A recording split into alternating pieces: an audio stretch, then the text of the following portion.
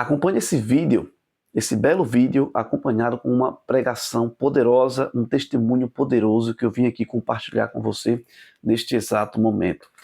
Só que antes de eu te apresentar esse vídeo, deixa eu te fazer algumas perguntas aqui. Você tem orado a Deus e parece, presta atenção, parece que a sua oração ainda não foi respondida? Nesse vídeo você vai entender o grande conflito que nós estamos, o conflito entre o bem e o mal. Não sai desse vídeo por nada, tá bom? Olha só, existem filhos e filhas de Deus que estão intercedendo a Deus por uma causa, por um propósito, com um objetivo. E parece que esta oração ainda não foi atendida por Deus ou não foi respondida. Eu vou dar só uma pinceladazinha aqui no que vai ser falado no vídeo. Se lembra do profeta Daniel? Ele orou a Deus durante 21 dias. E o anjo, de imediato, na primeira súplica que ele fez, o anjo veio de imediato porque Deus pediu para que ele viesse responder o profeta Daniel. Só que o anjo teve alguns problemas, né, onde Satanás e seus demônios de alguma forma impediu com que a resposta a qual o anjo vinha trazendo para o profeta Daniel não chegasse até ele. E um outro ponto interessante aqui do vídeo que nós vamos assistir neste exato momento é do testemunho do apresentador aqui do podcast, ele que é adventista. Ele corria das orações quando a sua avó o convidava para orar. Ele esperava chegar o horário que a avó ia, naquele momento, orar, interceder a Deus. Ele era convidado. E até que um dia ele também participou dessa oração, só que a oração foi muito longa. Ele não esperava ter uma oração como essa. E sempre naquele horário, ele, antes de chegar o horário da oração, ele aqui dava a linha na pipa, ele saía. Mas quando tinha problemas espirituais em sua vida, problemas no dia a dia, a quem ele recorria? A sua avó. E a avó dele sempre tinha ele em suas orações. Veja o que aconteceu. A avó deste apresentador, que você vai conhecer aqui agora, um dia descansou no Senhor. E ele caiu a ficha. E ele disse: agora, quem vai estar orando por mim? Quem vai estar intercedendo por mim? Amigos, eu vou soltar o vídeo agora. Só que antes, aqui no capítulo 27 do livro O Grande Conflito, tem algo importante e interessante que eu quero compartilhar com você neste exato momento. E eu já solto o vídeo, tá bom? Eu prometo para você aqui. Olha só o que é que diz. Acompanha aí, ó. O reavivamento verdadeiro, esse aqui na página 200, tá bom? No capítulo 27, página 200, os primeiros parágrafos. Diz o seguinte, ó. Cada passo de fé e obediência traz o crente para uma conexão mais próxima com a luz do mundo. Os raios brilhantes do sol da justiça resplandecem sobre os servos de Deus e eles devem refletir os seus raios. As estrelas nos revelam que há uma luz no céu cuja glória as torna brilhantes.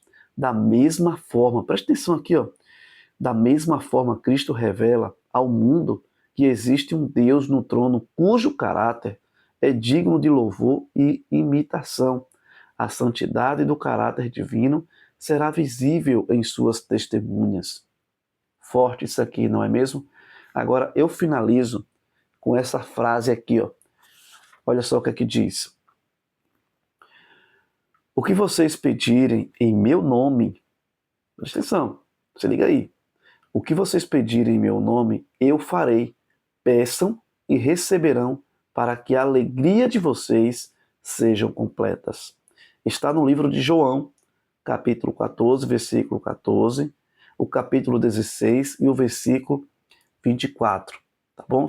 Então peçam o que vocês pedirem em meu nome, Deus o fará, e receberão para que a alegria de vocês seja completa. Então vamos juntos acompanhar esse belo testemunho aqui que vai ser apresentado neste exato momento. Olha só o grande conflito que Daniel esteve e veja o conflito que nós estamos também, tá bom? Acompanha junto comigo aí neste exato momento. Percebe o seguinte, a Bíblia fala que a terra, apesar do jeito que está, Deus ainda está segurando os 4 ventos da destruição. Apocalipse fala isso, né? Então você imagina, a terra está mal, ela está cruel, as tristezas, as catástrofes e as tragédias estão por todos os lados. Parece que realmente, como a Bíblia diz, parece não, certeza, o mundo jaz no maligno. Ainda assim, Deus está refreando com o seu poder e protegendo os seus enquanto termina de selar o seu grupo. Isso é muito importante, né? Deus está selando os seus ali enquanto isso. Mas neste tempo de guerra e de batalha, enquanto Deus sela, a oração tem papel essencial. E a lição fala muito sobre isso, sobre a questão da oração intercessória, que nem a Carol falou. Enquanto a Carol falou, eu me lembrava da minha avó. Minha avó faleceu fazem aí uns 4 ou 5 anos agora. E passou até rápido isso. Passou uns 4 anos, passou rápido. E eu me lembro quando eu pensava na minha avó, eu tinha uma segurança. Minha avó orava todos os dias. Aliás, deixa eu contar essa história. Eu aprendi a ver hora no relógio ponteiro por causa da minha avó. Vou explicar o porquê. Todos os sábados eu almoçava na casa da minha avó. Eu era garoto, voltava da igreja, vou almoçar na casa da minha avó. Então, todos os sábados eu almoçava na minha avó. E quando dava 2 horas da tarde, a minha avó botava todo mundo que estava na mesa para ir se ajoelhar e orar. Todo mundo, tava meus tios, tava todo mundo. E às vezes a gente não tava tão cômodo, acabou de vir da igreja, vai ajoelhar, vai orar. E ela não orava assim 5 minutos, 3 minutinhos, ela orava meia hora, 1 hora, e a gente lá ajoelhado, entendeu? Então imagina um menino com menos de 10 anos ajoelhado ali, e minha avó era daquele tempo dos calinhos de oração no joelho, não sei se vocês lembram, esse tempo dos irmãos na igreja, os mais idosos vão lembrar. E eu comecei a perceber uma coisa, que minha avó falava assim, 2 horas é hora da oração nessa casa, todos os dias. Então eu comecei a olhar pro relógio e falar assim, eu preciso saber quando é 2 horas, porque quando der perto de 2 horas eu vou embora. Aprendeu direitinho. E aí eu aprendi a ver, eu perguntei pra minha mãe me ensinou, e eu aprendi a ver, quando estava perto de 2 horas eu levantava e eu já saía, né? E aí é curioso que minha avó me questionou uma vez, minha avó falou, você não tá ficando mais para as orações, o que tá acontecendo? Eu falei, não, vó, tem clube de desbravador daqui a pouco, tem não sei o que, dei minhas desculpas. A vida foi passando e eu me tornei adolescente. E nos meus primeiros problemas, assim, desafios, quando eu precisei de oração, para quem foi que eu corri? Avó. Para minha avó. E ali a minha avó orava comigo, minha avó cuidava de mim, e aí eu fui crescendo, fui me tornando um jovem, depois um jovem adulto, e eu me lembro que em vários momentos da minha vida, já fora do Rio, eu tinha uma segurança assim, minha avó tá orando por mim. E no dia que minha avó faleceu, a primeira coisa que veio à minha mente foi assim, minha avó descansou. Quem vai estar orando por mim? Porque aquela oração me trazia segurança. Entende? Então a oração intercessória é realmente algo essencial para a vida do cristão. Nós devemos orar uns pelos outros. Sim. Nós devemos, e como a Carol colocou aqui, a lição colocou muito bem, a oração ela impacta o mundo espiritual. Então, se ela impacta o mundo espiritual, nós que estamos ligados com Deus devemos orar pelas outras pessoas, para que Deus esteja atuando na vida das pessoas. Devemos pegar o exemplo de Daniel aqui, Daniel orando por toda uma nação. Uma nação que havia se despegado de Deus, uma nação que havia sido exilada, uma nação que estava colhendo as consequências de ter adorado outros ídolos, uma nação que estava colhendo as consequências de ter se afastado do Criador. Ainda assim, Daniel estava intercedendo. E eu poderia pegar N personagens aqui da Bíblia que em diversos momentos intercederam pelo povo de Deus. Eu poderia ver Cristo intercedendo pelos discípulos, eu poderia ver Moisés intercedendo por Israel, eu poderia ver Daniel intercedendo pelo povo, eu poderia ver Samuel intercedendo pelo povo. Então a intercessão acaba que não é uma opção na vida do cristão.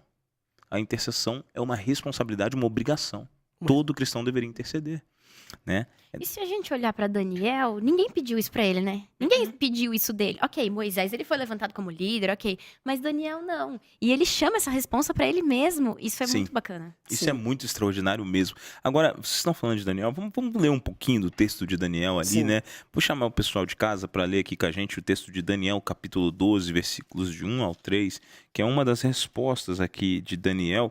Na verdade, uma resposta que Daniel recebeu, mas que seria também uma profecia.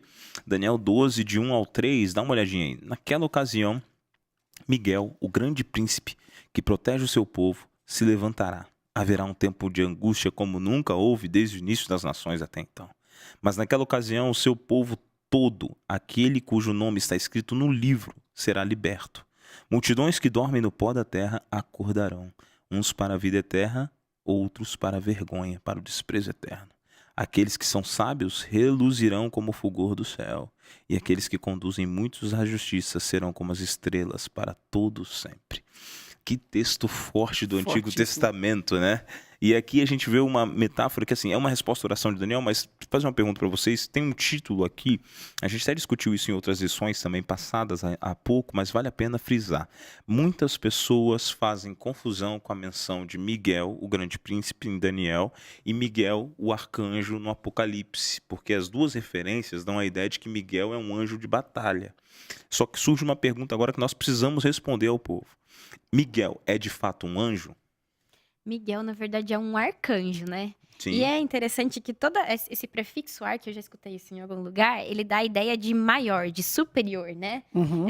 Então, um arcanjo é alguém superior aos anjos. Sim. Então, a gente entende, a Bíblia fala isso pra gente, que o arcanjo Miguel, nada menos do que Jesus, né? É um dos títulos de Jesus. E aqui a lição de quinta traz o título Grande Príncipe.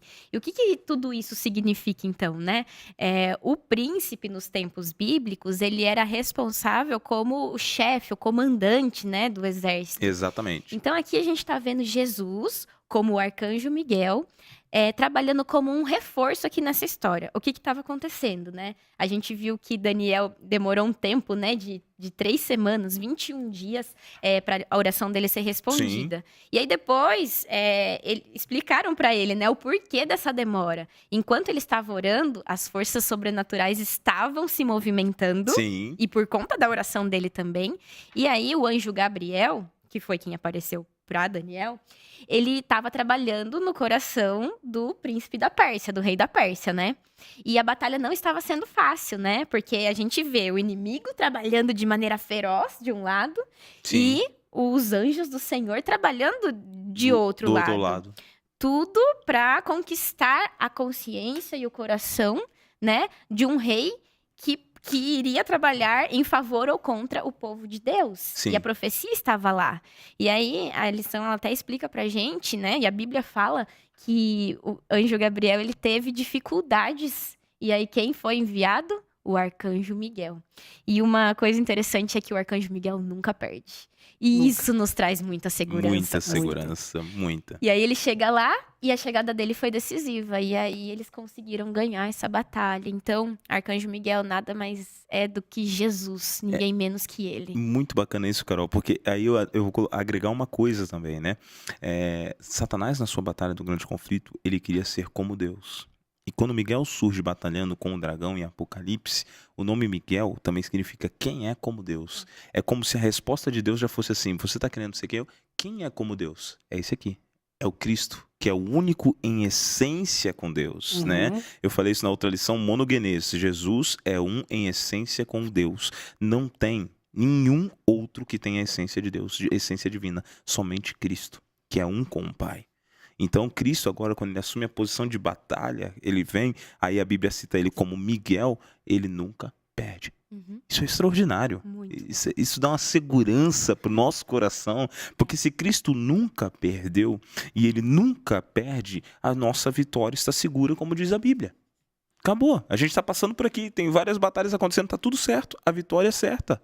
Nós já ganhamos a vitória. Então agora é esperar o tempo de Cristo para obter essa vitória. E isso é extraordinário, porque a gente percebe uma coisa, a despeito da intensidade da guerra, porque a guerra é intensa. Muita. Imagine a maior guerra que qualquer ser humano já viu. Nós conhecemos guerras que duraram anos, nós conhecemos guerras que duraram 100 anos, nós conhecemos guerras que duraram décadas, mas existe uma guerra que está durante todas as eras da humanidade, e é o grande conflito. Mas ainda que essa guerra esteja durando todas as eras da humanidade, Jesus já venceu. Amém. Muito bem, que Deus ele te abençoe de forma especial, de forma gloriosa. Eu quero aqui ler um último texto para que possamos finalizar aqui o vídeo. E esse aqui é impactante, é importante você ficar até o final dele. Eu espero que você tenha aprendido bastante aqui com esse pequeno vídeo, com esta mensagem. poderosa, com esse testemunho poderoso, que juntos possamos buscar mais a presença do nosso Deus e que a alegria do Senhor venha ser sempre a nossa força, tá bom? Olha só o que é que diz aqui, na página 201, do capítulo 27 do livro O Grande Conflito, bem no finalzinho mesmo da página, diz o seguinte, ó, a alegria do Senhor os fortalecerá, Neemias 8:10, alegrem-se sempre, orem continuamente, deem graças em todas as circunstâncias, pois esta é a vontade de Deus para vocês em Cristo Jesus. 1 Tessalonicenses, capítulo 5, versículos 16 ao 18. Tá bom? Que juntos possamos buscar continuamente a presença do Pai Celestial, buscar Cristo em nossas vidas e viver Cristo diariamente em nossa vida, no dia a dia, tá bom? Então que Deus ele te abençoe e em breve veremos o nosso Redentor. Que Deus ele te abençoe em Cristo Jesus.